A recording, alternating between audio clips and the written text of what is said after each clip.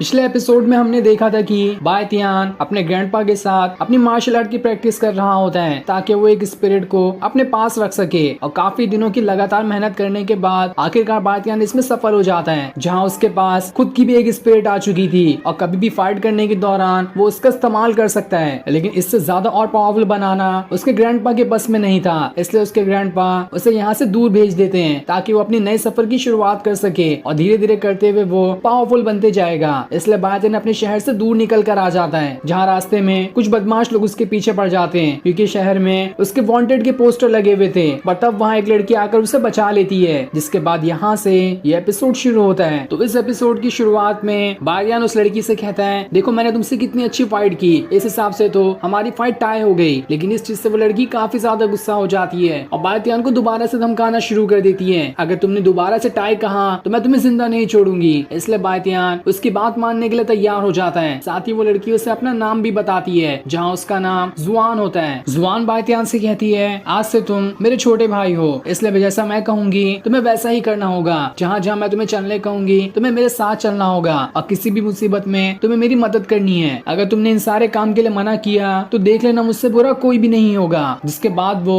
अपने चेहरे पे एक दूसरी लड़की का मास्क लगा लेती है। ये देखकर बायतियान एकदम हैरान रह जाता है। वो उससे कहता है, अरे तुम्हारे चेहरे को ये क्या हो गया, तुम्हारी तो शक्ल ही बिल्कुल बदल गई। तब जुआन उसे भी दूसरे आदमी का मास्क दे देती है और उससे कहती है, जल्दी से मास्क पहन लो क्योंकि हमें यहाँ से दूर जाना है। रास्ते में अगर तुम्हें कोई दूसरा इंसान ने देख लिया तो फिर से तुम्हें वांटेड समझकर तुम्हें पकड़ने पीछे पड़ जाएगा। इसलिए तुम्हें ये मास्क लगाना ही पड़ेगा ताकि तुम अपनी असली पहचान को छुपा सको, जिसके बाद तुम्हें कोई भी नहीं पहचान पाएगा और तुम बड़ी ही आसानी के साथ जहाँ चाहो वहाँ जा सकते हो। इसलिए बायतियान भी उस मास्क को पहनकर बिल्कुल अलग ही इंसान में बदल जाता है। वो तो बिल्कुल पहचान में ही नहीं आ रहा था। जिसके बाद जुआन उससे कहती है, हम दोनों अभी यहाँ से एक सीक्रेट जगह पर जाने वाले हैं, जहाँ पर कि मुझे खबर मिली है कि वहाँ पर बहुत सारा ट्रेजर है और उसे ही लेने मैं वहाँ पर जा रही हूँ। इस चीज में तुम्हें मेरी मदद करनी पड़ेगी। ये सुनकर बायतियान घबरा जाता है कि वो जगह तो बहुत ही खतरनाक दिखाई दे रही है, मुझे नहीं लगता कि वहाँ मेरा जाना ठीक होगा। लेकिन जुआन उससे कहती है, क्या कहा तुमने, तुम मुझे मना कर रहे हो, दिखता है मेरी चाकू कितनी धार है, अभी ये तुम्हारे अंदर घुसेड़ दूंगी। ये सुनकर बायतियान डर जाता है और उसके बात मानने के लिए तैयार हो जाता है। इधर हम ली के मास्टर को देखते हैं, जो बायतियान के उसी स्टोन को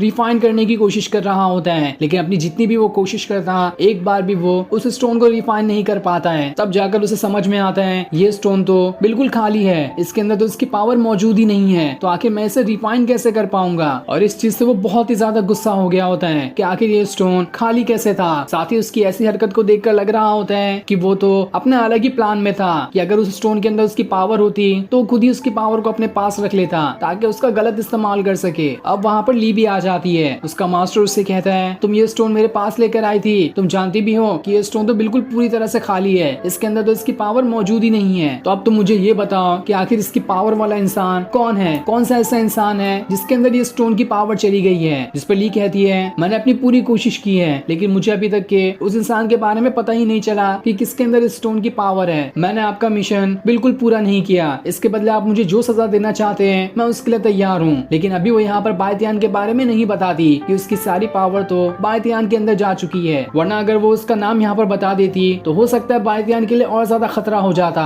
इसलिए उसका मास्टर उसे वहाँ से जाने कह देता है ताकि वो और ज्यादा जानकारी निकाल सके। लेकिन उसे भी ली के ऊपर थोड़ा थोड़ा शक हो ही गया होता है कि ली यहाँ पर झूठ कह रही है। अब वहाँ पर यिंग आता है, जो काफी टाइम से बायतियान के बारे में ही जानकारी निकाल रहा था। और यिंग उसी डीमन लॉर्ड के साथ है, जो असल में उस यंग मास्टर की पावर को ही अपने पास रखना चाहता है ताकि उसकी पावर का इस्तेमाल करते हुए वो पहले से भी कहीं गुना ज्यादा ताकतवर बन जाए। इसलिए उसने यिंग को बायतियान की जानकारी निकालने के लिए भेजा था। इसके बाद यिंग ली के मास्टर के पास आता है और वो उन्हें सारी बात बता देता है कि असल में इस स्टोन की पावर बायतियान के पास है, क्योंकि ली का मास्टर भी यिंग का ही मास्टर है, दोनों इसी मास्टर के डिसाइपल हैं। और हो सकता है यहाँ पर यिंग और ये मास्टर मिलकर अलग ही प्लान बना रहे होंगे ताकि वो बायतियान की पावर को खुद में ही अपना सके, जिसके बाद वो उसकी पावर का इस्तेमाल करते हुए सारी जगह पे अपना राज कर सकते हैं। लेकिन इस बात से ली बिल्कुल भी अनजान है, उसे पता ही नहीं कि आखिर उसके मास्टर और उसका दूसरा वाला डिसाइपल यहाँ पर कौन सा खेल खेल रहे हैं। वहीं जब वो मास्टर इस बारे में जानता है कि उस स्टोन की पावर बायतियान के अंदर है, वो एकदम ज्यादा गुस्सा हो जाता है और वो यिंग से कहता है, तुम्हें कैसे भी करके बायतियान के बारे में और जानकारी निकालनी है ताकि जान सके कि आखिर उसके पास कितनी पावर मौजूद हो चुकी है और वो कितना अपनी पावर के ऊपर कंट्रोल कर सकता है। जिस पर यिंग मान जाता है। इधर बायतियान और जुआन एक बहुत ही पुराने और खंडर बने गाँव में आ जाते हैं, जहाँ के बारे में ही जुआन को खबर मिली थी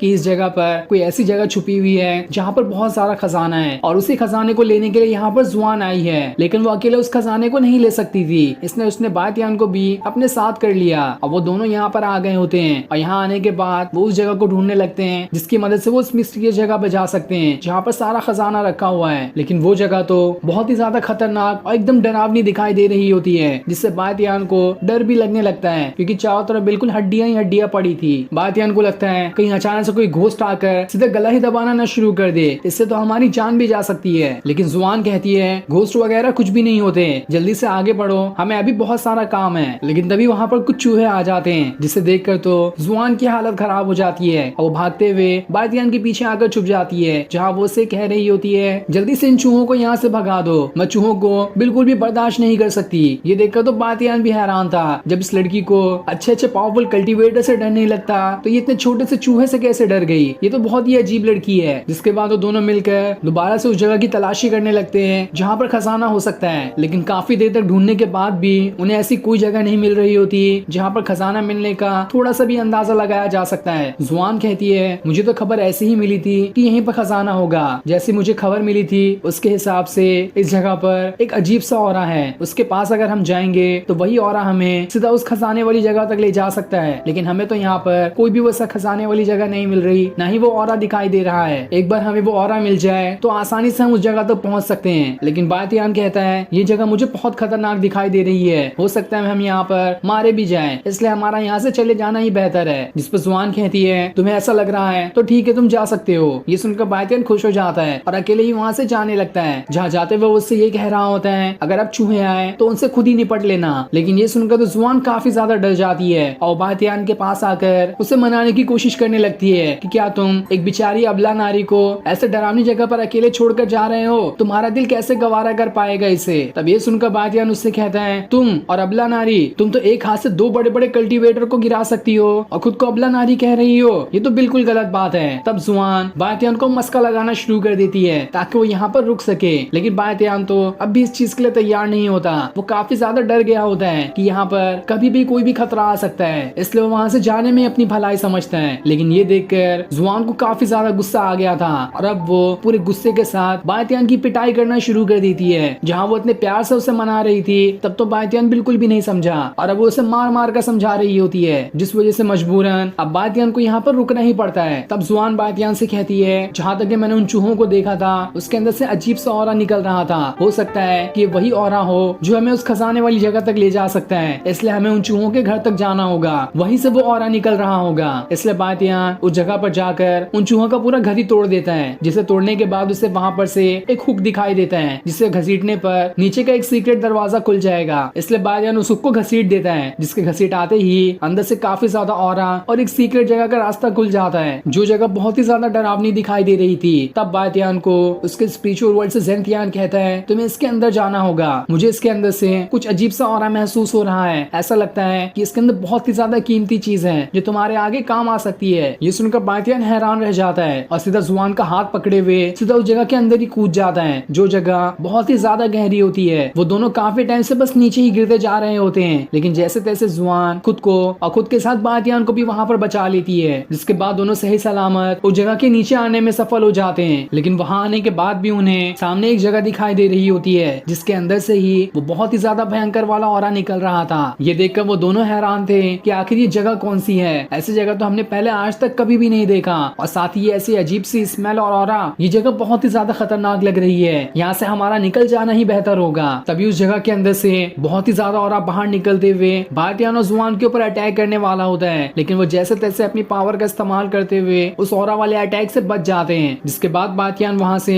अपने स्पिरिचुअल वर्ल्ड में आ जाता है और अपने सीनियर ज़ेंथियान से पूछता है आखिर आपको ऐसा क्या लग रहा था कि यहाँ पर कौन सी चीज हो सकती है जिसके बारे में आपने मुझे कहा कि मुझे यहाँ पर आना चाहिए। जिस पर ज़ेंथियान कहता है मेरी मेमोरी तो मेरे पास है नहीं, इसलिए मुझे ठीक तरह से कुछ याद नहीं, लेकिन जितना मुझे समझ में आ रहा है ऐसा लगता है कि मुझसे ही रिलेटेड कोई चीज यहाँ पर छुपी हुई है, इसलिए मैंने तुम्हें यहाँ पर आने के लिए कहा ताकि तुम देख सको कि आखिर यहाँ पर वो क्या चीज छुपी है जो कि मुझसे रिलेटेड है। मुझे पूरी उम्मीद है कि वो चीज बहुत ही ज्यादा पावरफुल होगी और तुम्हारे आगे काम भी आएगी, इसलिए तुम्हें यहाँ से पीछे नहीं मुड़ना है, चाहे कितने भी खतरे क्यों ना आ जाए, तुम्हें उन सब का सामना करते हुए उस चीज को हासिल करना ही होगा। इस पर बातियान मान जाता है है और फिर वो वहाँ से अपने स्पिरिचुअल वर्ल्ड से बाहर निकल कर आ जाता है, जहाँ जुआन बायतियान से कहती है ये जगह मुझे खतरनाक दिख रही है, इसलिए जहाँ पर भी कदम रखोगे बिल्कुल सोच समझ के रखना। लेकिन वो उसे समझा रही होती है, उल्टा खुद ही वो एक जाल के ऊपर पैर रख देती है, जिसके ऊपर पैर रखते ही सामने से बहुत ही भयानक और कई सारे पत्थर से बने वॉरियर आने लगते हैं, जिनकी हाइट भी बहुत ज्यादा बड़ी बड़ी थी और वो सभी आते हुए बायतियान और जुआन के ऊपर अटैक करने वाले होते हैं। लेकिन वो लोग भी कम नहीं थे, वहाँ पर एक बहुत ही भयानक ड्रैगन भी निकल कर आ जाता है, जो खुद भी बायतियान और जुआन को मारने के लिए वहाँ पर आया था, क्योंकि यहाँ पर आना